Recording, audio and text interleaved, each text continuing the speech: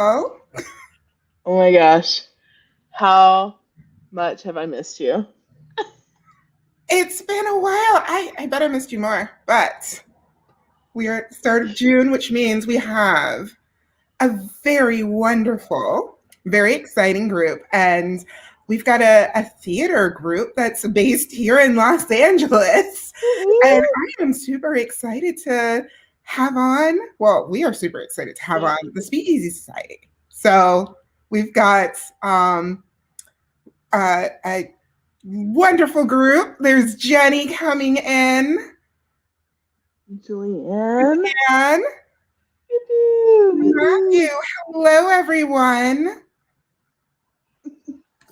Hi, thanks so much for having us. Hello. Good to be here with you guys.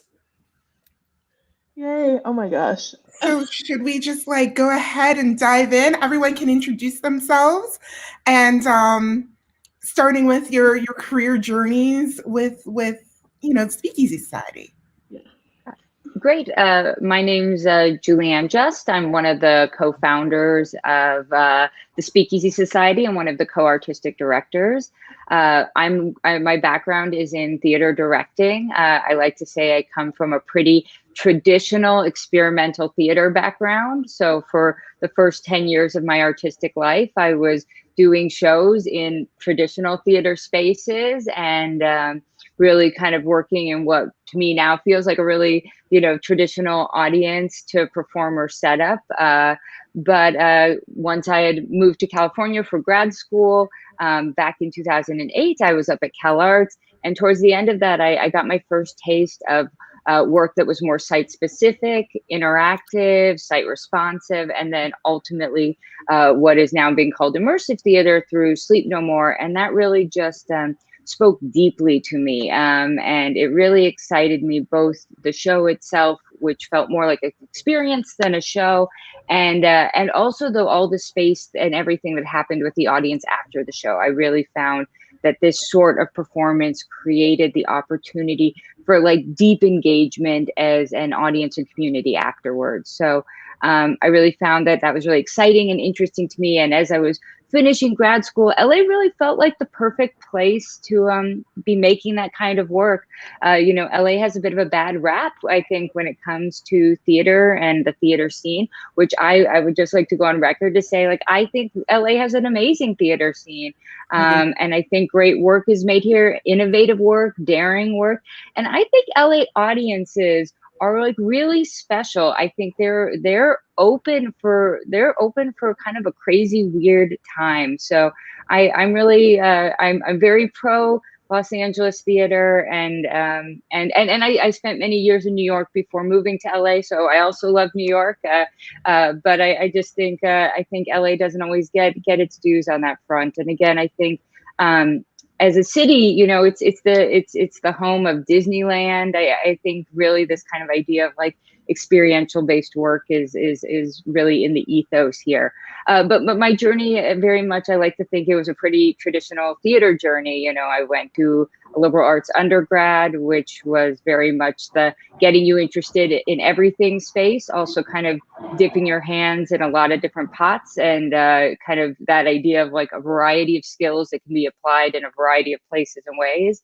I moved to New York City, again, kind of exploring the experimental theater scene. And then coming to California, I went to grad school at CalArts. Wow. And that led to the Speakeasy Society. I guess that's the most important part. So as I was getting ready to graduate, working with the other co-founder, Genevieve Gearhart, who's not here right now, but we wound up creating a piece up at CalArts that we did in one of the bathrooms. It was our take on Macbeth. We focused just on the witches. We called it the Weird Sisters, and we only used text from the witches in Macbeth. So it was a very short experience, about 20 minutes. And it was just really well received. We were doing it during finals week. We were running it at like 10, 11 p.m. in the bathroom. And everyone who went through it really came out with this sense of like, they had had a sense of like play and fun, and we're wondering like what's next with this. And there was so much about it. There was about inviting people into spaces that they don't necessarily get access to. So just people entering a women's restroom. For some people, the men in the group, they had never even been in that space. So there was something kind of taboo about getting to be invited in and share time in that space. But then, for women who had used that restroom, every day during school, it was experiencing it in a totally, totally new way. So from there, we created this show, and we had the opportunity to bring it down to Los Angeles, to the Glendale Moose Lodge, which is well, at the time was a very, very cool, interesting space. It very much had kind of Twin Peaks meets like fraternal lodge feel, meets a little tiki bar. And it was within the space we were given real kind of free range. So we expanded out the piece, and also then invited in some other artists to create work, and really created what felt like a real happening and event. And that was kind of our first foray into it. Just thinking kind of career-wise, we had a faculty member who had said, name your company. If you're doing a show in LA, give your company a name, write a mission statement. Our mission statement has definitely evolved since then, but we really took that to heart. We named ourselves the Speakeasy Society. We had a very aspirational and long mission statement at that moment. Now it's much shorter and concise, but it really was the beginning of our company, and everything in that initial mission statement really has driven the work we've made since. That's awesome. Matthew, would you like to go next? Absolutely, sure. So as Julianne mentioned, we are a company that was really born out of our partnership at CalArts. Julianne and Genevieve, who is my partner, they had worked together previously in New York in their traditional experimental theater company. So had a pre-existing artistic relationship before we all came out to grad school. And I had been doing some work in my undergrad out on the East Coast as well at Trinity College, looking at site-specific work and sort of non-traditional audience arrangement. And my undergraduate thesis had focused on interactivity in performance, and this idea that we wanted to move beyond this passive style of entertainment and towards things that were more participatory. So one of the books that I read for my thesis was by a gentleman named Stephen Johnston called Everything Bad is Good for You. And he was talking about the ways in which our brains are actually evolving over time to accommodate greater narrative complexity and to assemble narrative for ourselves throughout our entertainment experiences. So we were that's something that I think has really driven my interest in immersive work, is this sort of choose your own adventure aspect of it, and something that I brought to discussions with Julianne and Genevieve as we were talking about the company and the type of work that we were interested in creating. So definitely like rooted in some of the research that we had done about happenings and some of the art experiments of the 60s and 70s, and how that has evolved now into a more modern immersive form.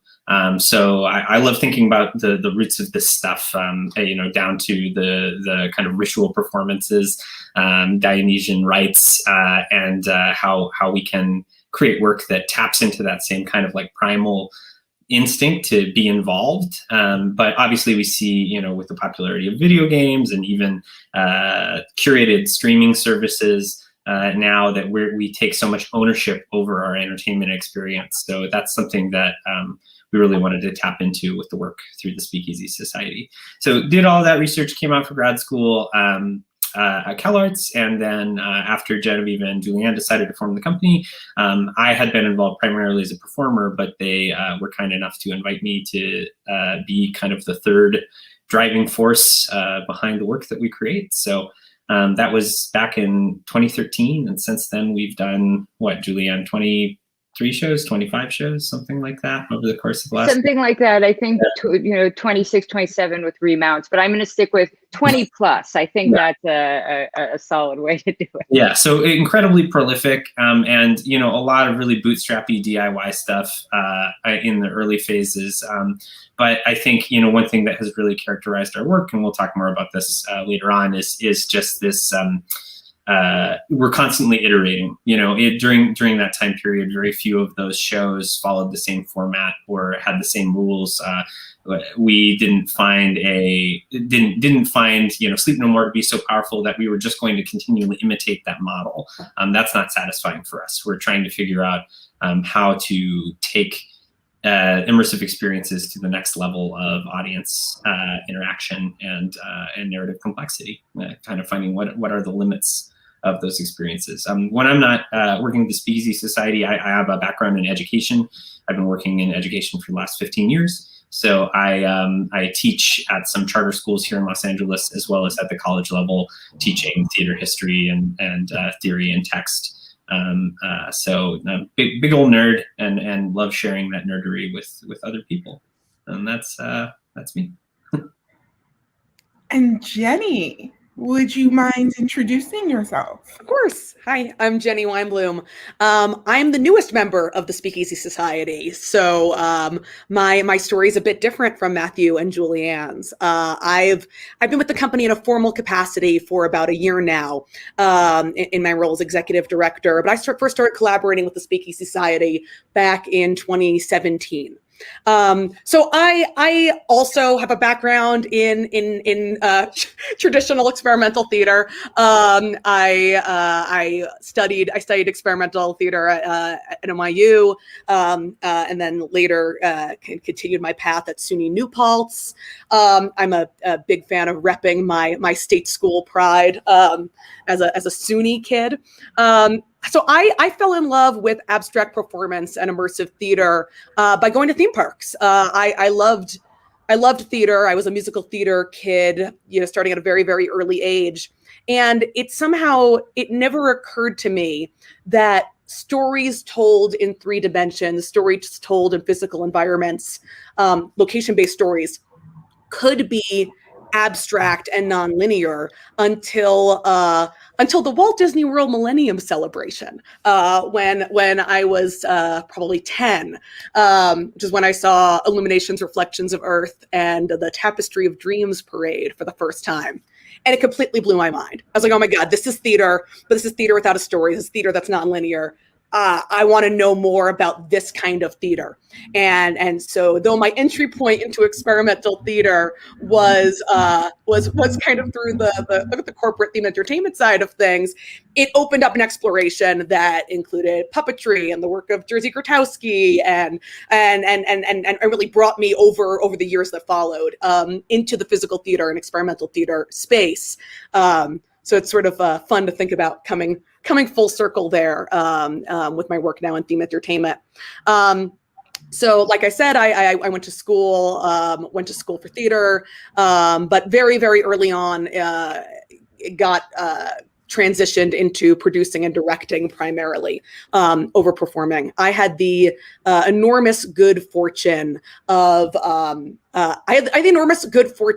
the opportunity to drop out of undergrad to join the original producing team of Sleep No More, and that kind of came out of, I had been working with Randy Weiner, who was the lead producer on Sleep No More, on another very kind of small, scrappy, site-specific, semi-immersive performance project in New York. And I had fallen in love with the Boston production of Sleep No More. And it was all I ever talked about. I desperately wanted to be involved in bringing Sleep No More to New York and growing the audience for that show. And I was in the right place at the right time and happened to be talking to the right person about my passion for immersive work and my passion, not that we were calling it that then, honestly, but my passion for what I had seen in Punch Drunk's work in this early iteration of Sleep No More. And through that relationship that I had with Randy, I was able to be a part of that very, very tiny producing team that brought Sleep No More to New York, being a part of that build and the early stages of that project. Coming out of Sleep No More, I spent a long time in nightlife and branded experiential in New York as a creative director and producer, creating immersive experiences in partnership primarily with brands in the typically in the liquor, spirits, and automotive space, developing large-scale, narrative-driven, performance-driven, immersive experiences to telling brand stories. And then after several years of doing that work, I decided to make the leap and transition more deeply into the theme entertainment space. I found that I was reaching the outer limits of the of what kind of innovation in storytelling you could insert into a liquor brand sponsored nightlife event, and wanted to transition into a space where the storytelling was a little more wild and the experiences for more diverse audiences. And the larger theme entertainment world is really the space for that. So I came out to Los Angeles in 2016 and worked with Kathy actually at Rethink Leisure and Entertainment, where I was a design manager overseeing projects for 20th Century Fox and Nickelodeon and all kinds of fun IP holders all over the world. And then after that, I transitioned over to Meow Wolf, where I was the executive producer on Meow Wolf's Denver exhibition, overseeing the design build of that project for several years. So over time, I've developed work in kind of all different corners of the immersive space, from immersive theater to attractions, theme parks, and more traditional theme entertainment, as well as interactive tech projects. Really kind of broad spectrum of all things immersive. But I got involved with the Speakeasy Society rather sweetly after I was still new to Los Angeles, and I was kind of getting my sea legs on a new coast, and wanting to get involved in the theater community there. And I saw Speakeasy's work, and I was blown away by it. It was like nothing I had ever seen before. Speakeasy's work is totally daring and innovative and poetic and kind. They're incredibly caring creators who really cultivate a beautiful relationship with their audience. And when I saw the Johnny 3, so the third chapter of the Johnny cycle, it was the only theater going experience I have ever had that mirrors how I felt when I first saw Sleep No More and said, holy shit, I have to be a part of this thing. This is the most exciting work that I've ever seen.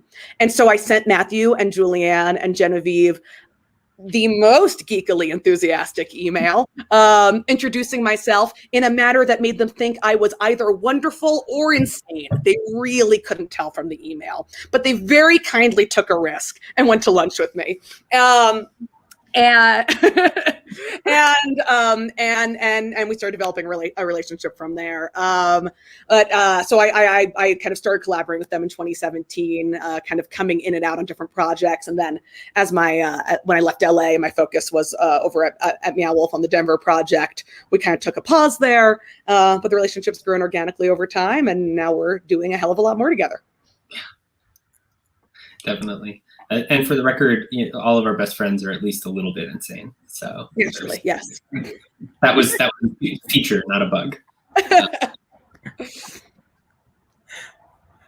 I really appreciate how all of your stories kind of went and intertwined, and the different facets within the industry you guys have come from and have gone through and experienced. So, and what joined you all is the Speakeasy Society. And I wanted to know a bit more about let's dive down a little bit deeper. What is the Speakeasy Society, and kind of the body of work, and some of your collections, if you're able to share a little bit of that with us. Sure. Yeah, absolutely. So just kind of the quick tagline of an answer to what is the Speakeasy Society is that we're an LA-based immersive theater company creating intimate and epic experiences in unexpected places. The worlds we create are 360 degrees, and they're providing opportunities for entertainment and discovery through total engagement, pulled from our website there. But this is just to say that we do the audience is at the core of the work that we create, and all of our projects really center audience members within the experience. You've mentioned a few different kind of cycles or collections that we've moved through throughout time, and we talked earlier about the 20+ projects that we've done over the course of the past 8 years at this point. Do we have I think we have an image for this, yeah? Oh yeah, with that. So starting with Weird Sisters all the way back in 2012, moving through a variety of small performances like Kitchen Sugar Bullet Blank and The Hunting Party, which were staged in private homes. Ebenezer was a big sandbox style piece created in the Golden Road Brewing Company. They have a speakeasy space in the back called Chloe's. So it was a immersive Christmas carol. The stronger functioning within a one-on-one experience within an operating bar. And then we stepped into this experience of the Johnny cycle, which we'll talk more about in a minute. The Hollow was kind of a Halloween experience, also in that Golden Road space. And then jumping into the Kansas collection, which was our dip into the Wizard of Oz as well. And then there's more. The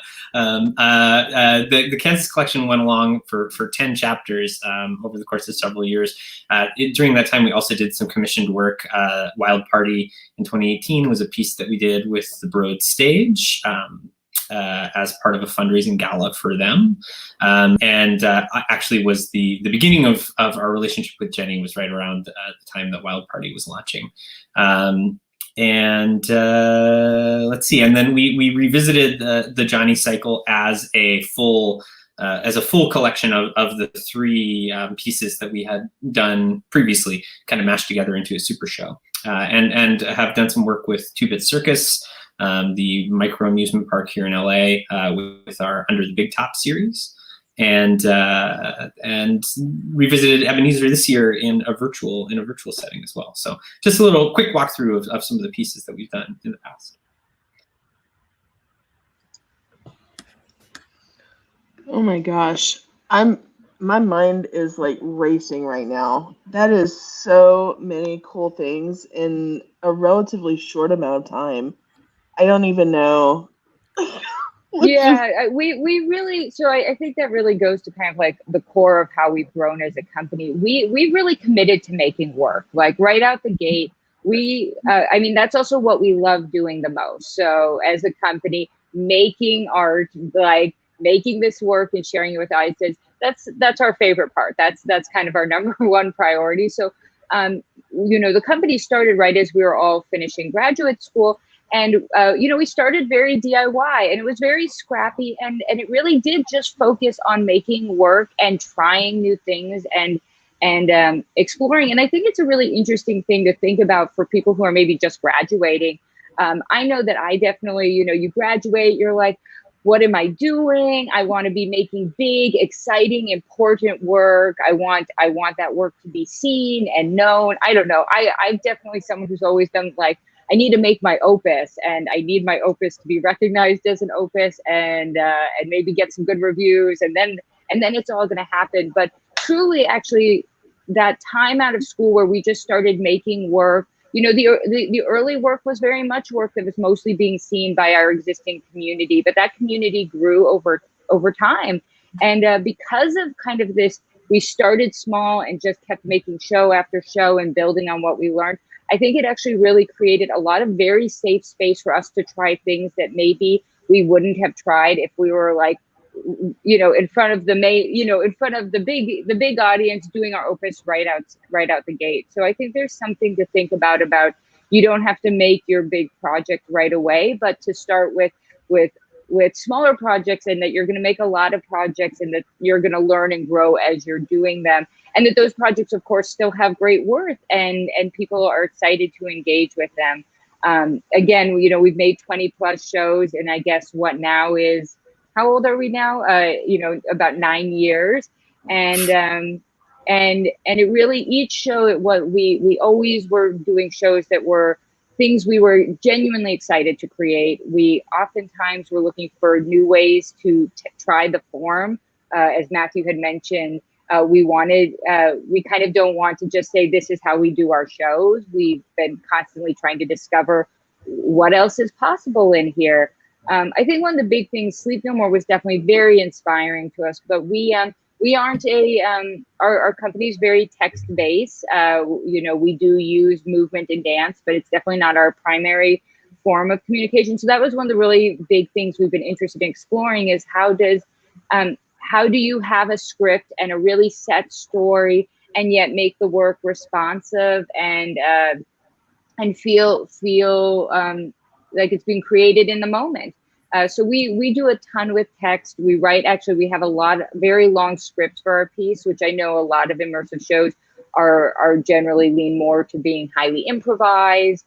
But we really have tried to like discover a way to hold both of those.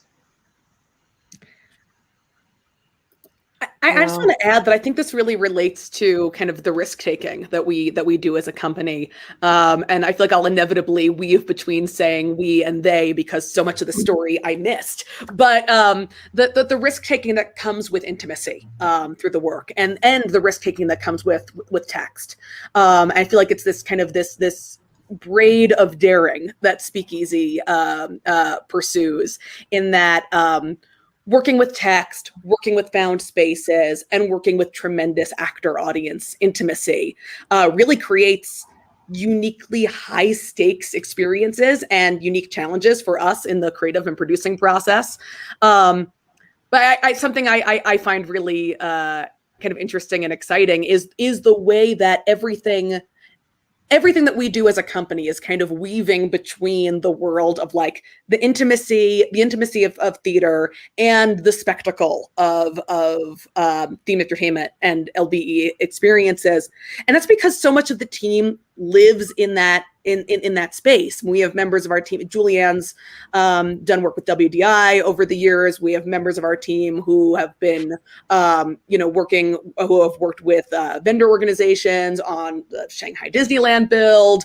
My background as well. We all are kind of existing both in our intimate and performance-driven work with Speakeasy, as well as creatively existing in this larger space of spectacle-based live experiences as well. And we're kind of constantly in the tension between the two, and we're pulling what's kind of big and beautiful and powerful and amazing that's coming out of our work in that kind of larger scale space, and marrying it with this incredible, daring, risk-taking intimacy that we love in our theatrical work, and finding something totally unique in how we can put these things together. I mean, something I can't help but think about when I look at that grid of images of our projects is a lot of them look like they're stills from action movies more than moments from a work of theater. And I think that in a large way is because we're kind of always marrying spectacle and intimacy in everything that we do. Oh, that's a great question. Thanks, Kevin Kopfeld. Good to see you. I do think those high risk intimate moments create larger theme spaces. It's challenging though. And that's certainly kind of what my life's work is about in many ways, is bridging that gap. I think anyone who lives in this space would recognize, or I certainly feel strongly that the Ollivander's Wand Shop experience is a really, really powerful example of real intimate theatrical storytelling as part of a large throughput, large scale, high budget theme park space. And and Ghost Town Alive as well at Knott's Berry Farm is certainly an example of that as well. So we're starting kind of over the last 10, 20 years to really see more experiments, more risk-taking happening in the parks in terms of bringing what we all as creators love about what we're seeing in the more intimate world of immersive theater and bridging it with these larger themed spaces. And this is a huge part of Speakeasy's work as well. So we also work in collaboration with larger partners. We're super excited to share that we're currently in collaboration with Meow Wolf on a yet to be announced project there. We've done work with 2-Bit Circus. We've done work with Disney. Over time, we really love nothing more than when a kind of larger player in the theme entertainment space reaches out to us and says, you're crafting experiences that are challenging and intimate and powerful, and let's bridge our worlds, let's put our heads together and see how we can craft that kind of intimacy for our larger space. So that's something we're really excited about in more of our in the more work for hire work that we do, and the large scale collaborations and partnerships that we pursue in the larger theme entertainment world. But it's been really exciting to see how more and more owner operators and designers are saying there is something special and intangible and powerful and unique that is happening in this immersive theater world, and there doesn't have to be a divide between that space and this larger playground. We can collaborate with those artists, and we can bring kind of the best of that work into our space. Oh my gosh, that's. Okay, so I have many questions, and I'm trying to get my mind around this because I feel like y'all are doing so incredibly much cool stuff that, like, I wouldn't even. I'm not a project manager, clearly, because I legitimately wouldn't even know where to start in putting any of this together. But we had a question come in the comments, and it's about roles. So, like, do you guys have like defined roles, or is everybody part of the whole thing? Yes and yes. Yes and yes. So we do have sort of defined roles within the company structure in terms of the Speakeasy Society as an organization that is seeking out opportunities, kind of structural, large scale. And then we have kind of our production roles, which are both established and sometimes per the theater background, all hands on ship. People wear specific hats and also multiple hats and shared hats. I know, just speaking in terms of production, I saw in the comments someone had asked about, we do a lot of co-direction. A lot of that has to do with scale of the piece, particularly. We find in immersive theater that there's so much to it, and there's so many elements that are happening simultaneously. It is very hard for one singular person to put full attention on all of those elements simultaneously. Whether it's all the elements because you have action happening in 6 or 7 distinct locations. Even in a singular location, though, one person might be focusing on the performer, another focusing on what the space is doing, another focusing on actually, in a lot of ways, we're looking to direct our audience experience. So even though our audience is a live organic thing, we're really paying attention to how they're responding to the piece, because well they should feel a sense of freedom. We're also hopefully setting up the piece in a way that's going to guide them into the most optimal way to experience it.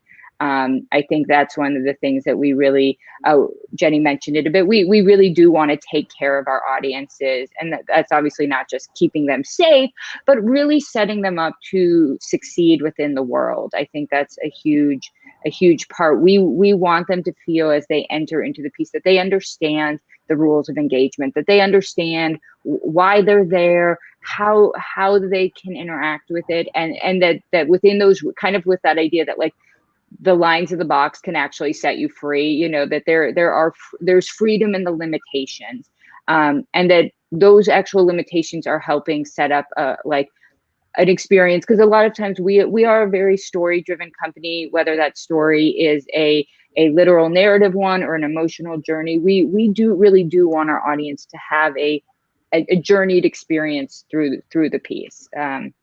But so because of that, we do very much team create. So we do a lot with co-direction. We also do a lot as a group of writers. We will oftentimes have a lead writer, but we work as a group to actually create the structure for the piece. We create very, very detailed kind of outlines that include story beats, character development, points of action. We then oftentimes do a process of rewriting with the performers, where once we have the performer's voice in it, we really work to shape that text around them, and so it feels very, very natural and alive. So again, we do a lot as groups. Also, just in terms of designers, given the scale and scope, there's a lot of times where we might have multiple designers working in a singular discipline, just to cover the amount that we're creating. Well, and just to chime in on that too, the text itself often evolves out of a workshopping process with the performers as well. So we are co-creating as a sort of leadership team, but we're also creating alongside the performers. They're very much a part of shaping the process. So we often begin with a series of experiments based around a particular topic or a text, and then the writing will evolve out of that, and then we go into the process as Julianne described it as well. So it's I remember once upon a time we had Andrew Leah, who works with us more extensively now, but he had come on to a particular project, and he came to us and said, okay, I need to ask a question of the directors. Is there just one person I can ask? And we said, no, you need to talk to all of us. And we've gotten, as we're growing, I think we're getting a little more specific on a project-to-project basis about who's wearing what hat. But since when we began, we were all doing everything. It was very important to that everyone be involved in that decision-making for creative choices and pieces. I just want to take this opportunity to kind of introduce some of our larger team. Yeah, so you already know Matthew and Julianne and myself. We talked about Genevieve, our incredible co-artistic director. It's also John Henningsen, our producing director, who's a key driver in the organization. And then there's a second graphic. And this is the rest of our core team. We have the incredible Claire Chappelli, who's our project coordinator. Andrew Leah, who Matthew mentioned, is our project manager. Michael Bates and Chris Porter are both associate artistic directors and are two kind of the lead writing voices in our development process. And Jenny Curtis, who's our media director, as well as a performer, co-creator, writer as well. That's really true of everyone. Everyone on the team is wearing multiple hats, as Matthew and Julianne have said, and kind of weaving organically through different roles as required by an individual project or even the needs of the day.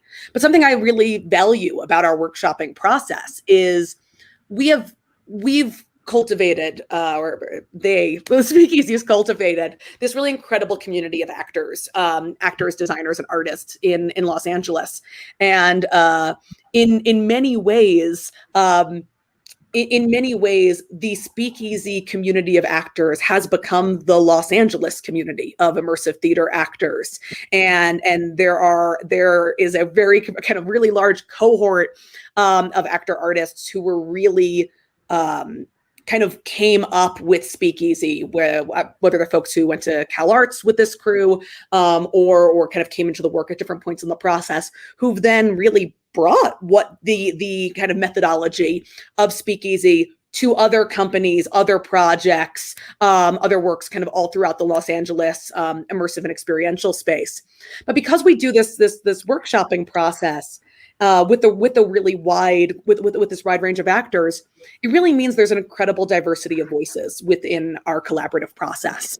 we have artists from radically different backgrounds who are coming to the workshopping space with us and developing characters, developing scenes, developing content, and reinterpreting, since we do primarily work from literature, reinterpreting literature through their own unique lived experience. And I think our work would be so much poorer without that collaborative process, not just because of how much is brought to the table by our larger collaborative circle, but because diversity of voices leads to diverse storytelling.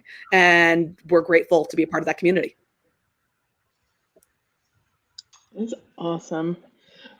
Okay, so the comment section is on fire, y'all. For those of you who are watching this afterwards, like, we're getting so many cool things coming up. Kevin Caulfield, we will get to you, sir. Calm down. That's some great questions, though. I know, it's Great so question good. there. He's fantastic. Love that dude. But okay. Could you? Okay, I have ADHD. I'm just gonna out myself for that. And anyone who knows me, it's very apparent. But there are some examples that you were showing earlier, and I cannot help but like play little clips of this show back in my head. But I know for a fact that we have actual clips of stuff to look at. So, Matthew. Yeah, absolutely.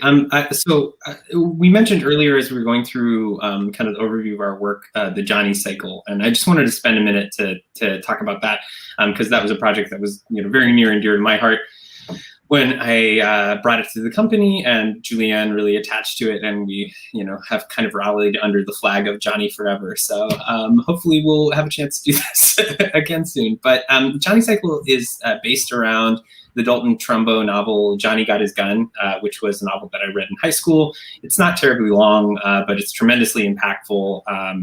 Some of you may know it from the Metallica music video, for one. There's also a very strange movie from the 70s, but it's about a soldier who's blown up in the trenches of World War I. He survives, but he loses his arms, his legs, his eyes, his ability to speak. He's essentially trapped in his torso and in his mind. Very cheerful. And obviously a ripe subject for an immersive interactive performance. But it was something that never really left my mind after I read it, and it just haunted me. And we were kind of just iterating about ideas for what we wanted to do next. And I brought it to the group and I said, okay, this is really weird and you're going to laugh at me. But I have this novel that I think you should check out. And Julianne said, all right, well, I'll read it. Give me a copy of the book. And then later that night, I got a text saying, oh my God, we have to make this show. After you read what, Julianne, just the first page. Yeah, literally the first page there. The first page was so powerful that reading that page, it was like, I 100% understand what Matthew's talking about. This has to be an experience. We have to make this. Yes, yes, yes. Yeah, and the opening line of the book, I think, is he wished the phone would stop ringing, and I think that it really just sets the tone for the entirety of the piece. But so we thought, all right, well, this is going to be really ambitious. It's beyond the scale of what we're capable of doing at this point. So we'll workshop it. We'll wait and begin a multi-year space search, and eventually an opportunity will come along that will allow us to create this in the way that we want to. But much in the way that Julianne was talking about earlier, you don't need to wait for the opus, the masterpiece, in order to start working on it. We were presented with an opportunity to perform at the American Legion Hall in Pasadena, which was a beautiful space and obviously like very aligned to the topic of this anti-war novel, which is anti-war but not anti-soldier. Dalton Trumbo is very clear about that.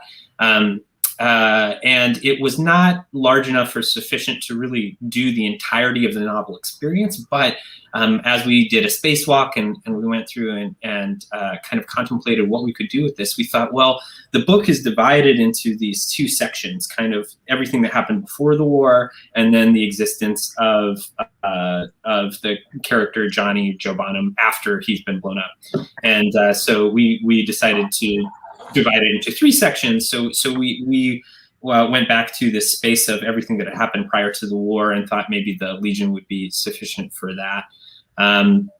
That then triggered what became a multi-year process where we had Johnny the Quick and the Dead was the first piece, and then The Shell, which was a piece kind of about the experience of warfare. A lot of that material was not included in the book. We were drawing in sources from poetry and letters that soldiers had written in the trenches.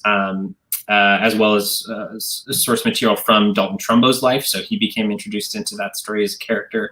And then finally, we went to The Living, which was more focused on, contemplating now, what does Johnny do now with this new existence? But we have a clip from the piece that ultimately led to the opus, which took 4 years to create through a process of these three other pieces. So we finally had the chance to put together what we now call the Johnny Cycle at the Mountain View Mausoleum in Altadena as a combination of kind of our favorite moments from those three experiments that we built along the way. So we can go ahead and share that clip.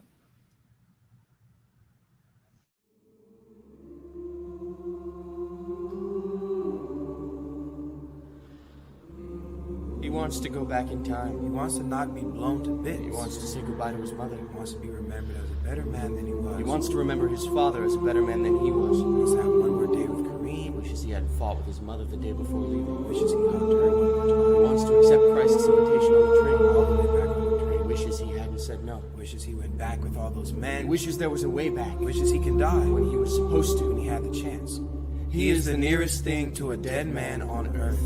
He is a dead man with a mind that can still think.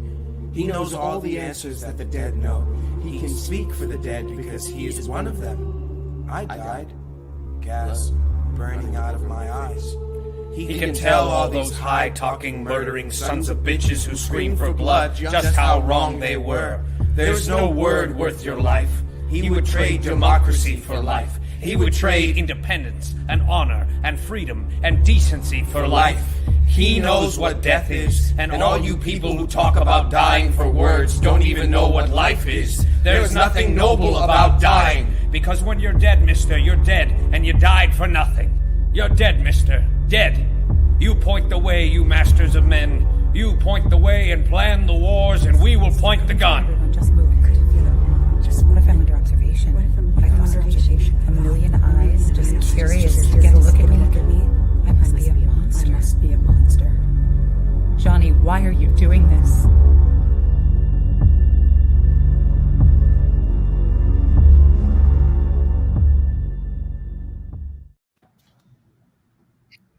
Wow.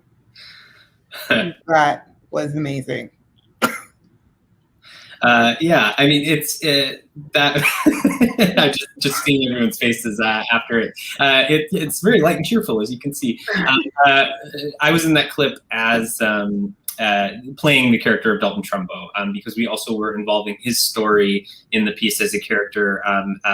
The Dalton Trumbo was one of the Hollywood 10 who was put on trial during the HUAC hearings and was blacklisted for being a communist. So that was integrated into the piece itself. And just a tiny personal anecdote. One of the highlights of my performing career was being able to perform Dalton Trumbo for Trumbo's granddaughter. She came and saw the show because we had been in conversation with the estate throughout the creation of the piece. She was able to tell me that she understood her grandfather better in his life's work through the course of seeing her piece. So that's something that probably will never be topped, I will say. But just give you a little taste of one of the ways in which we create work and how we interact with audiences. And I saw in the comments there was a question kind of about how we handle IP, and so I think this is a great example. So we have this novel which we are very inspired by, very moved. We wanted to create a piece around, and over the course of these 3 shows that led up to this cumulative piece, I'd say, so the first show we created was very much of the book. Like, it was a piece really set in Johnny's memories as found in the novel. I'd say in many ways that one very much, it wasn't a staging of the book, but it came very much from the book. again, in the American Legion, it was, the space was right for this piece. And like Matthew said, there's something about not waiting for the opportunity when a chance comes. And I will say, looking back, there's so much from that original Johnny that I love, of the material we created and found there. But one of the big things in that space is we felt like there was some stuff we wanted to explore physically with the audience, and that just wasn't the right space for it. So again, kind of focusing on the novel, this memory space, that's what the first piece really kind of became about. The second piece, The Shell, that was really about the moment of impact when, the bomb hits that leaves Johnny in this state of no arms, no legs, kind of the living dead. And so we really want to start creating a physical experience that the audience can start to physically engage with the piece. And as Matthew said, we started to bring in the role of the author in that. And so the second piece, really, we started to, what was an IP, and obviously still heavily influenced by that, we started really kind of making it our own as well. I will say, in making it our own, I think we were deeply honoring the intentions of the novel and of the author. And then in the third piece, again, really taking this story of Johnny and thinking about it as in a larger context, trying to expand it out to this idea of kind of the larger cycle of wars. Dalton Trumbo has written these wrote these very interesting prefaces throughout the years, and they really correlated with different wars that were happening. And kind of, he never changed the book, which I think is really interesting. He let it stand as what it was. He didn't ever evolve it, but obviously he was thinking about it again and again and revisiting it. So in that last piece, we really tried to capture some of that as well. One of the big things that in doing the three pieces, we also got to, by doing these three pieces, we got to grow and explore. So one of the big things we discovered between the first and the second piece was really clearly defining the role of the audience as Johnny. In the first piece, I think the audience was in that role. We weren't as explicit about it, but moving into the second and third piece, we really clarified that. And I think that really gave the audience such a strong way to relate to the work and to the piece, that they are that main character. I'll just add, as essentially the Johnny Cycle's biggest fan, that I think part of what's so powerful from an audience standpoint and so unique about that experience is that it is it's so visceral and physical for the audience. You're moving through this space. You are involved in basic training maneuvers, and so you're on your feet if that's something that it works for you as an audience member, because the work is very adaptable to the needs of individual folks, individual bodies. But you're on your feet. You're running through hallways. You're crawling. You're jumping. You're lying down. It's so physical and tactile, and frankly, it's a suffocating experience in many ways. Johnny is the Johnny Cycle is a bit of a existential horror experience, I would say. Deeply moving and deeply visceral. That's certainly for me, at least, whenever I've experienced this work. It is amazing, the deep, physically transformative experience of being immersed in this really challenging material. And I think it's just one of the things that's so incredibly powerful about it. Matthew, you want to talk about Kansas? Yeah, sure. And now for something completely different. Just a little bit of a seed of how Johnny came about. Kansas has a slightly different story. So we were contacted a number of years ago. Gosh, I can't remember when it first started, but by Noah Nelson, who you may know from No Proscenium and Everything Immersive, who was helping to curate a night games activity for Indiecade. The Independent Games Festival that was hosted down at USC. And he said, would you be interested in making something for this? And we started thinking about, something that is gamified, something that kind of has a different mechanical relationship to audience than the work that we've created previously. That could be cool. To relate back to that question of IP, we had seen that She Fell in New York and been deeply affected by that as well. in some ways found that to be a more narratively compelling experience even than Sleep No More. And so we were thinking, gosh, one of the things that makes Then She Fell so successful is that everybody knows Alice in Wonderland, right? This is a common understanding.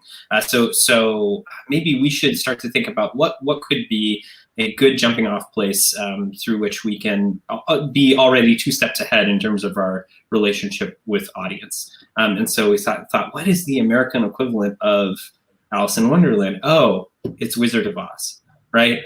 Everybody has some basic understanding of Wizard of Oz. And of course, there are so many Wizard of Oz novels. So we thought, okay, we're not going to retell the beginning story of Wizard of Oz, but we'll jump ahead in their narrative a bit, and we're going to create something that deals with the time after Dorothy has already left Kansas. So what we ended up doing was creating this piece in a field on the USC campus with a giant circus tent. And we called it the Kansas Collection. There was no indication or branding that it was a Wizard of Oz experience, which was one of the fun things about it to begin with, is that you could watch people's faces change as they discovered what this narrative was based around throughout the course of the experience. So maybe in this case, we just want to watch the clip and then we'll talk about it afterwards, if that's all right. When Scarecrow took the throne, his first action was to pardon the converts, those who believed his predecessor had fallen from the sky. He forgave them any actions they took during the time of his reign. He forgave them their ignorance. Many wanted those individuals removed from society, thrown into the desert of death. But he wanted to unify the land. Like he always says, if you've done nothing wrong, you've nothing to fear. The wicked are punished. He wants to protect this land from all the evils encroaching upon it, and he wants to do that by uniting all of us at any cost. Our city is a great city. The trains run on time, there's peace, there's justice, there's economic stability, not like here. Our city is a jewel again. You have been deemed fit to serve. We ask that you join if you choose to join There's us, a great battle coming, like a far-off storm. You can almost make it out on the horizon. It's easy to ignore, but it is coming all the same. I know you believe. I know you need to believe. I can see it there in your eyes. Place your right hand over your heart. Do you pledge your allegiance to the Scarecrow King? Do you vow to come to his aid when called for? Do you believe his vision will guide us towards a better tomorrow? You are your pledge. You are your word. Do as you said, and do as you promised, or you may be cast out into the desert. Repeat after me. No place else but here. No when else but now. No one else but I.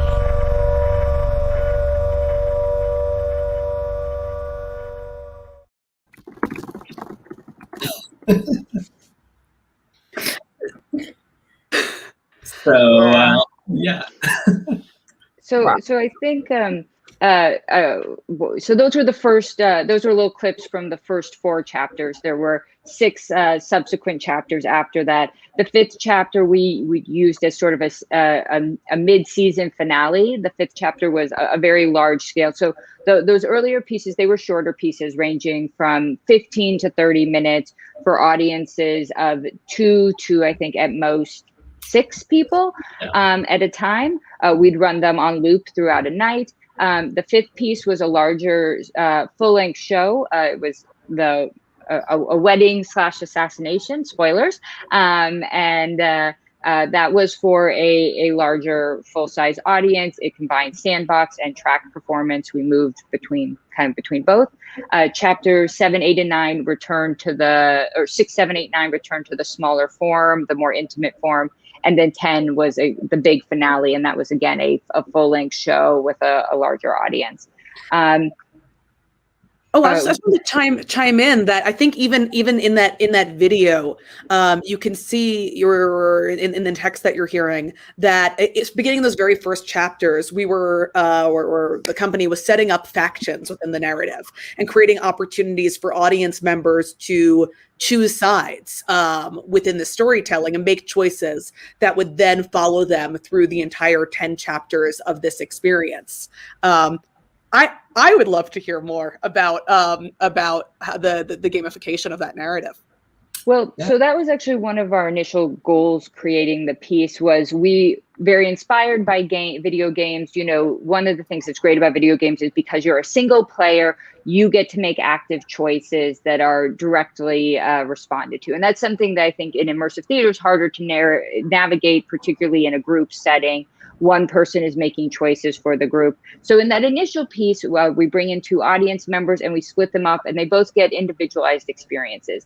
And the way they answer questions and respond to the performer really sets up the path for them. So that's going to help them determine which faction they're playing on. And so one of the other kind of big elements, so there's this real consequence to the choices you make in game. But the exciting thing about that is because you make choices that create different outcomes, is post-show, there's this beautiful space about getting to compare what happened. In the clip for chapter 3, I think you maybe saw that someone was getting knocked out by some chloroform. So we start down in a basement, and one audience member gets pulled up, and you're going up with an original character we've created in Dorothy, and the rest stay downstairs. So for everyone else, they don't know what's happened to Dorothy, and for this one person, they've had this unique experience, which becomes this great thing post-show to, well, what happened when you left? What happened in that other space? But again, we did a lot with narrative branching. So we did branch narrative when we were writing the script for this piece. And again, we really wanted to create a world where your choices matter. I will say the modification on that is where your choices felt like they mattered. So in a lot of cases, the choices you made were actually impacting the way that characters responded to you, tone. But again, because we were creating a piece that didn't restart, it was an active narrative that was live for multiple audience members over multiple years. Major plot points did have to occur for everyone. So that was something we really explored, is choice creating variation and individualization like within the show, but also then being able to have these landmarks that everyone had experienced. It's something I want to jump to quickly. I see a comment in the chat here about how much was scripted versus ad-libbed for actors. I think is a fun thing to talk about in terms of Kansas. Surprisingly, it was basically all scripted. One of the things that we talk about in terms of the performance philosophy is that when you're improvising back to the narrative, right? That Michael Bates talks about this concept of character brain. So you need to understand the way that your character thinks and feels about everyone else around them in order to be able to effectively improvise with the audience members. But we don't, back to Julianne's concept about limiting choice, it's not ultimately going to be a satisfying narrative experience for them if they use all of the allotted time to go down a rabbit hole of this character's life and backstory that doesn't necessarily pertain to the action that's occurring. So we want to make sure that we can keep the audience within the rails of the experience so that they are delivered a satisfying narrative experience. I also just wanted to talk about one thing that I think is cool about Kansas is that we explored the city throughout the course of the piece, and it became a little bit of a space scavenger hunt for audience members. And in fact, we did have some puzzle content in between chapters so that people could remain involved in the narrative and go on some independent exploration throughout the course of the piece. But it really calls back to the name of the company for me, the Speakeasy Society, because what is a Speakeasy Society? A speakeasy is something hidden, unexpected, something that lies within something familiar. There's something strange and exciting and magical. And society, right, you're invited into that experience. So you sort of become part of the Speakeasy Society through the space exploration, going into the basement of a building in Chinatown through an alley where people are shucking shrimp behind a restaurant, going to West Adams, to a beautiful but somewhat dilapidated church that you never otherwise would set foot into. And getting to know the city and that you live in outside of your normal operations, your normal comfort zone, exploring all of these different spaces. So that's something that felt really special to me about the Kansas collection as well. I definitely think, Matthew, you nail it. The city of Los Angeles really became a character within the piece itself, and I think that's something it's also really exciting to think about from a design perspective. Our stage was Los Angeles. We did narratively set the piece. You know, it was about portals between Oz and that were opening up here in LA. We really embraced LA as a character. Obviously, LA could be switched to another city, so the show could happen somewhere else. But for this initial run, LA was a very active part of the world, and I think just again the idea that you have this living character that is space, and I think that's important. I think in all immersive work, because there's so much. It's doing so much work. It's doing so much storytelling and experiential work alongside the production. I was so curious too, because you know the two clips that we saw, the spaces were obviously super different in all of the shots, and I'm like, where are they building these? Like, what is happening? Which is why part of the reason my brain was on fire, because I'm like, the logistics of finding all those spaces too. Like, I don't know that enough could be said about placemaking when you're having to use a space that already exists to placemake within. Like, yeah, and so luckily for us, well, at least in this case, I'm going to phrase it as luckily, but we always did actually find our space before we began writing the script for these chapters. We knew what the chapter was going to be about, so that's not to say we didn't know what the chapter was going to be, but in the case of how to particularly fold in the space into it. So one of our chapters, chapter 6, we were at the Row in downtown LA. It's a complex that has various shops and workspaces. Our piece actually started with the audience entering through a yoga studio. They wound up then in some supply storage rooms in the back, and then ultimately wound up in an elevator to the roof of the building. And so that's something where it's like, obviously, moving through this yoga studio, we didn't want to pretend that didn't happen, right? There's a certain amount of like, you do in the way, if a fire truck goes down the street and that noise breaks into your piece, it's part of the world. We find it often benefits you to find a way to fit the world into the reality of the piece, to not like ignore what's happening or ignoring where you are. We had one show we did at Edendale, which is a bar in LA. And this was one of our early shows. It was for an audience of one. It happened in a live bar, so no one except the audience member knew the show was happening. It was very, very cool. But there was once where, so it was in a back patio. The show's mid-show is going on, and someone comes out with a birthday cake singing happy birthday to people at another table. And there's just no way to ignore that. You have to make that part of the experience. And in many ways, it made the experience more exciting. It was one of those like beautiful unscripted moments. I know in theater we say anything could happen, but I feel like in immersive theater, really anything could happen, and responding to that is part of the beauty of it. With that, so but definitely I think LA was really inspiring to us, and we really wanted to help people travel around the city while experiencing the show and experience the city in new ways. Matthew also mentioned a bit, we had kind of a puzzle element to the Kansas collection. So we did do things with posting QR codes around the city that if you find coordinates and find them, you would get video content. We also had video content that was used responsibly to choices you made in the piece. So after the show, you would get additional narrative information based on some of the choices you'd made.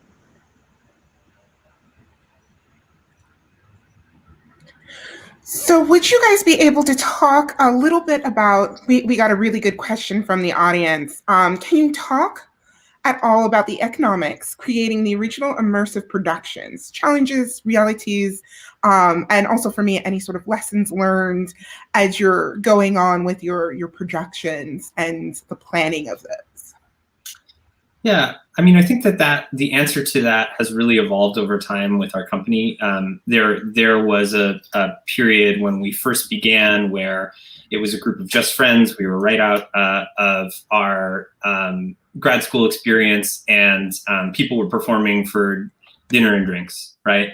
But that would never be acceptable, right? In our current model.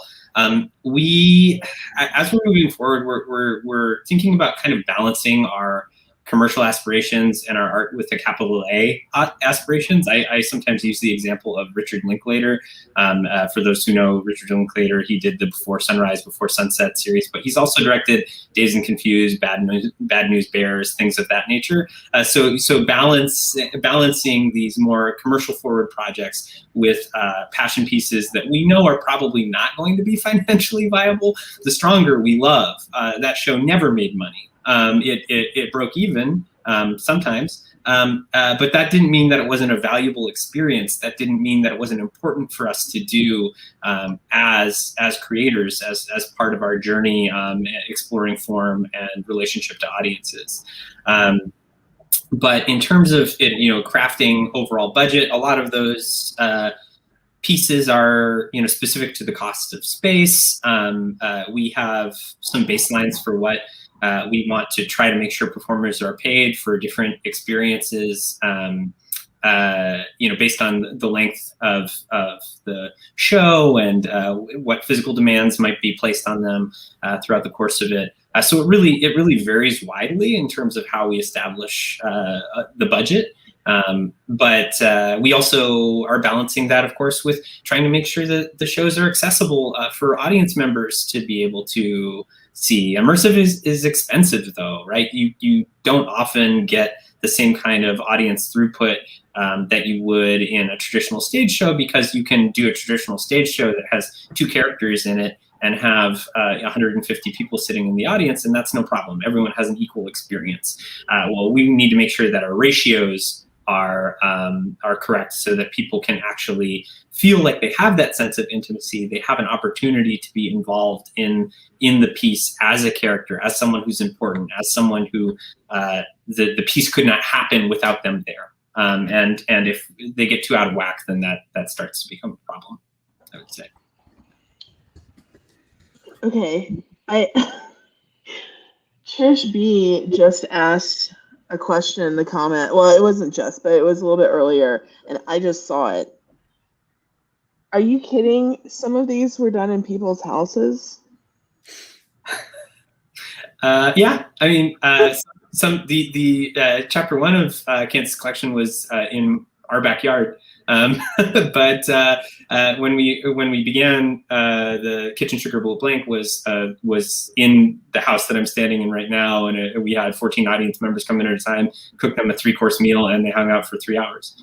So again, not something that we would necessarily replicate today, but it was great and special, and I'm glad that we did it. That is so wild. Like I use the term ridiculous a lot, and I mean it in the greatest possible way. That's literally bringing people into your world. Well, and not to link it to that first show we did in the women's restroom up at Cal Arts, but it is something about inviting people into private space, inviting people into space that isn't just open for anyone to walk into at any time.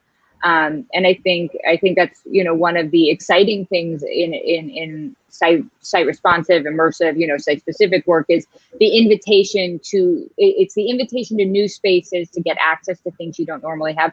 Or on the other side, it's experiencing shared space, open space in a new way. So I think obviously being invited into someone's home, even if it's in a performance capacity, yeah, there's something, it heightens the whole experience in a way. Oh my gosh. Yeah. Another question that just popped up. Kathy, do you want to?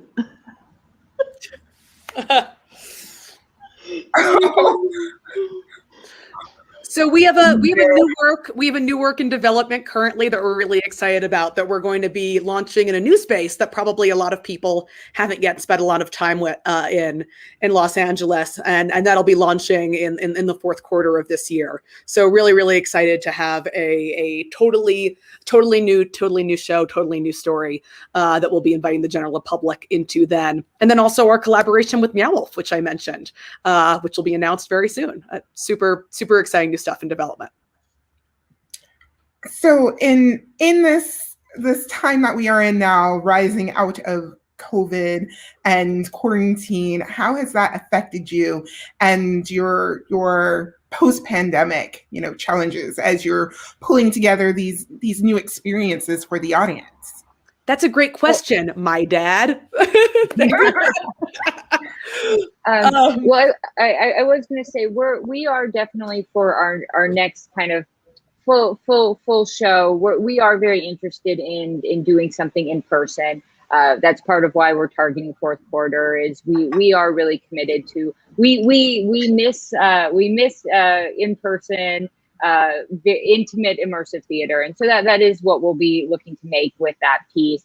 But during the pandemic, we did actually put our toe into creating digital work online. We adapted our Ebenezer, which we had done at Golden Road, into a virtual experience to be done over Zoom. And actually, I think we were really wonderfully surprised by the experience. It was actually very fulfilling and wonderful to work on. And it really opened the door. It really posed this question about, it was hugely accessible. People from around the world could attend. We had audience, tuning in from Italy. And again, because it was virtual, you didn't have a cap in terms of number of audience that could come in the same way. So you could have a larger audience, which allowed for a lower price point. So I do think, digital performance space, obviously that was really explored in the last year by lots of companies. And I think there's a lot of potential in it. And I hope we don't stay solely digital. I think that will have an important role in the future of interactive and immersive work going forward. That said, also as a company, we definitely use this period to take a step back. As we've made a lot of shows, and we've been making shows has been our focus. So we used it as a time to do a little internal company work, restructuring, and to really start thinking about kind of like some strategic planning stuff. And just to springboard off of what you were saying and tackle that question from a different angle, I think that one of the hardest things for us in terms of planning this in-person show that we're doing going back is like, we can't look into a crystal ball and tell when and what does the CDC tell us is acceptable, but what are people going to feel safe doing? Because I think we want to create a work that is going to be feel like it's okay for the performers to be maskless and for you to be maskless. We don't want there to be a sense of danger around it. That's not a fun danger to play with. So not knowing the exact timing for that has been a challenge. And we had actually even considered doing a whole other piece that was going to be an original piece that would be digital during the summer around this time, because we thought that things were going to be opening more slowly than they were. Now things are speeding up. We're adjusting our timeline.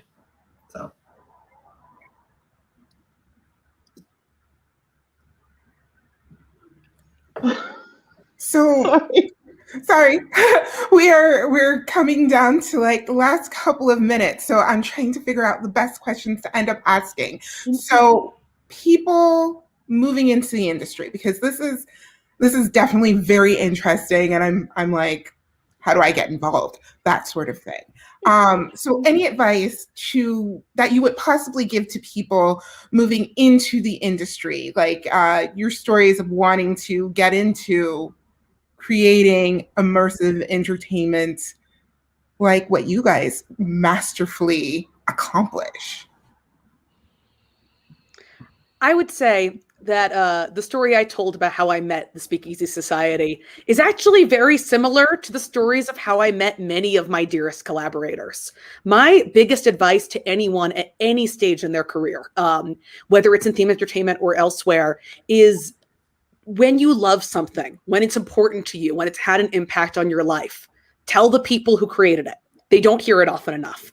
And if it's something that you want to be a part of and you want to help grow and shape and help bring into the world, that's a gift that you can offer. And I was really good at this when I was a teenager. The like enthusiastic outreach, being like, "Hi, I'm an enthusiastic kid. How can I help?" And it's a lot harder in my 30s to do it. It's scarier and it feels riskier, and it's only more meaningful and more important. And you're never too old for it, and you're never too far along in your career for it. I feel pretty advanced in my career in the immersive and theme entertainment space, and it was a risk to reach out to these guys and say, "Hey, this matters to me, and I think it matters to other people, and I want to help more people see it, and I want to help grow it." It's scary and it's worth it. And so my biggest advice is, if you love something, don't be quiet about it, and get involved, reach out and get involved. Oh my gosh. Okay, so this is a little off the beaten path for me, because I don't have experience in live and immersive theater experiences. What do you do if you're wanting the audience to go in a certain direction? Like, how do you steer them if they're doing it wrong? Yeah. Well, so we tend to think if an audience is doing it wrong, it's probably that we did it wrong. We really take a lot of responsibility as a company about setting up the experience for our audiences. In our experience, obviously you always have to plan. We always plan for perhaps the most challenging audience members. That which everyone should do. I think you should have a plan in case, because there will always be the outlying person who might want to find the boundaries of the world. They're the person on the open world video game map who will run for 4 hours in one direction so they can really prove to themselves that the world has an edge. That person will exist, but they are not the majority. I will say the majority of the audience we encounter, they want to participate with the piece correctly. They want to do it. They want to do it right. And yet, if we haven't set it up for them or given them clear parameters, guidelines, rules of engagement, they might not. So we do a lot of play testing before we actually open a show, and that's where we really try to hone what we're giving, the instructions, the guidance, and sometimes those are literal instructions before a show starts, but sometimes those are in-world elements that they're introduced, almost like the learning room. Video games have really switched over from, in the old days you got the instruction manual and you read it. Now they know that no one actually reads the instruction manual, so the instruction manual has been built into the opening of the game. You learn how to play and engage with the game in those first couple minutes or beats. So we've really tried to kind of emulate that ourselves in the live work. Yeah. But I was going to say also just things we are conscious of. Obviously, if an audience member is doing something consciously or unconsciously that's unsafe, that is something that needs to be addressed immediately. And I will say, one never wants to break a world. I do, maintaining the fiction of the space is really important. I think safety is a huge concern, and it's not something to be taken lightly or kind of. So we also are of the mind that if there's a situation that is serious enough, we will of course break world and handle it. And we're also really conscious of trying to, if a singular audience member is potentially damaging the experience for other people, find ways to, it's not the audience's job to mediate that other audience member. It's really for us to help defuse that situation. And I think just to springboard off of you, Julianne, a big part of the audience understanding the rules of engagement are being clear about who the audience is within the course of the show. So I think to go back to that question of advice and key learnings that we've had throughout our experiences, that casting the audience and being clear about what their role is and why they need to be there is essential to creating a successful piece for us now. And so we're always asking that question of who is the audience. In the Johnny cycle, you are referred to as Johnny. right? It is known that you are this character who is living through this experience. In the Kansas collection, you are being recruited for the Scarecrow's armed militia to try to find Dorothy and bring her back to Oz, right? So those parameters are set very clearly through the process of casting the audience.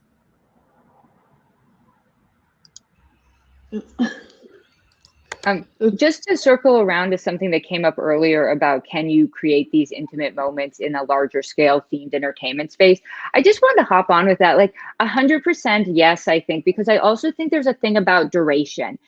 These moments don't have to be a half an hour. They don't have to even be 15 minutes. A 3 minute, even a 1 minute interaction, if handled correctly, can feel incredibly personal and intimate and lasting. I think, which again, thinking on a large scale, like at a theme park, there's a way to do it and to do it well while still surrounded by an active park and a crowd. And it can be very fast because I think it is about the intimacy and kind of intention and focus and responsiveness. And I think that experiencing that even for just a very short moment can be very powerful and have a lasting impact then in how you move forward for the rest of your day.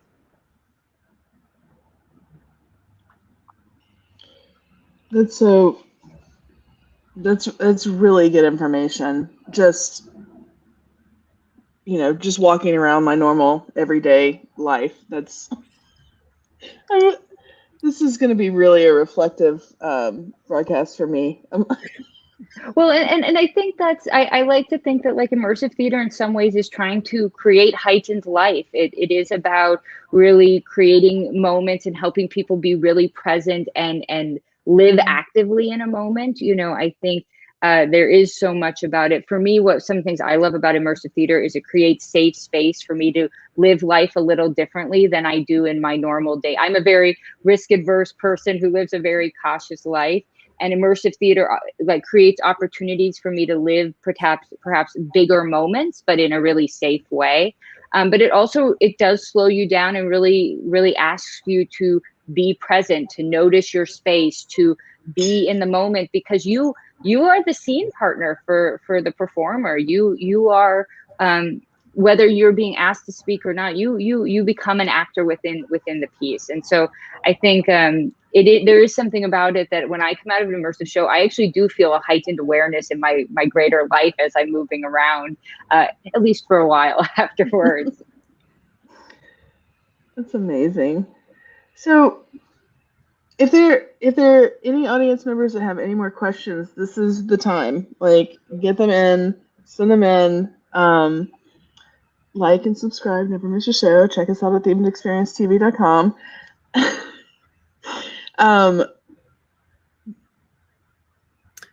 I know that Kathy said, what are some things that people should do, like that are wanting to be involved, but specifically Jenny. Well, I think I've already made it clear that we appreciate a nice enthusiastic email, and please never hesitate to reach out to us. We always love getting to know other folks who create this work or want to create this work and want to be involved. These days, especially folks on the design, producing, project management side of things. But we're happy to get to know you always. And I'll also say, if you're a part of an organization or institution that is looking to kind of revitalize your thinking about storytelling and how you revitalize your storytelling and your placemaking for your guests, for your teams, or anything else, reach out, talk to us. We love collaborating. We love partnerships, and we're happy to collaborate with you. We got 2 more questions from your second biggest and maybe third biggest fans. I'll let Trish and Micah fight over who that is. Trish said, was the Kansas collection recorded if we miss some episodes? So we do have some archival footage of the Kansas collection, but it's mostly for internal purposes. It's not really assembled in a way to be digested. We were at one point kind of kicking around an idea of trying to turn the Kansas collection into a VR experience, which is still exciting. That's just not something that's necessarily in our wheelhouse to do. So, any VR producers or people that want to reach out in that capacity, by all means, let's do it. I would love to create it in a way that it would be accessible for more people. Also to we've thought about ways that we could package it as a sort of Kansas in a box experience, where we could go out and kind of train up a group of performers in a given area and help people create the experience of Kansas collection in their own city.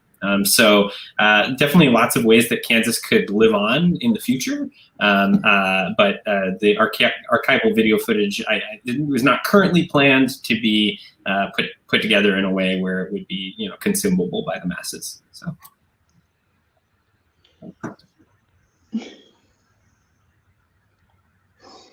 Okay, I'm really conscious of time here because I know that we typically don't like to go crazy long, but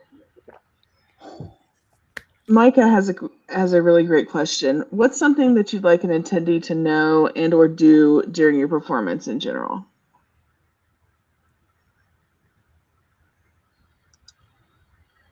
That's a great question. I do think for an attendee, and this is going to sound, I think maybe a little aspirational, but I think we hope that you can put your phone away. Sometimes it's great to take pictures, because I will say that's one of the exciting things, is the way that immersive theater can kind of spread through the word of audience, but to really just use it as an opportunity to be present and to get to have this kind of heightened experience of living. I do think, we generally ask that, again, if that the audience, if you feel like you understand the rules, that you play within them, that we didn't put them there to limit you. We actually put them there to help you. They're actually really useful ropes. Again, I will say too, we are often, most audience seem to want to do that. But I think there is something about, we really hope audiences will take the invitation to be present and to go on this journey together with us and the rest of the audience. It really is about shared experience.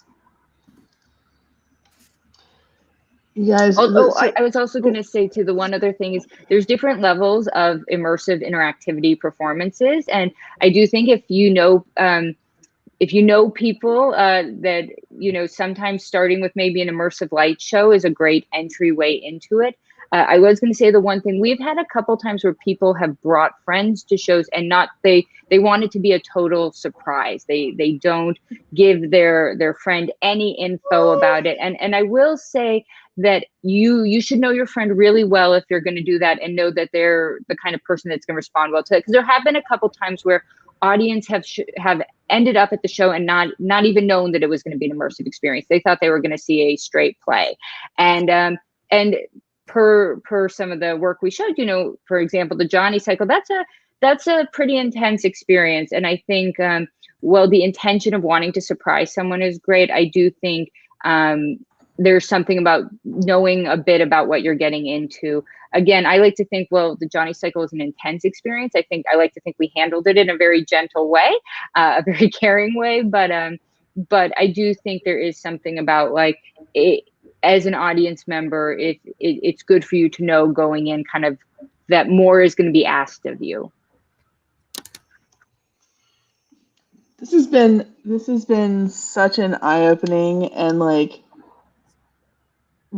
God, I'm so jazzed. And I said in our private chat, I have never been more mad that I don't live in LA than right now.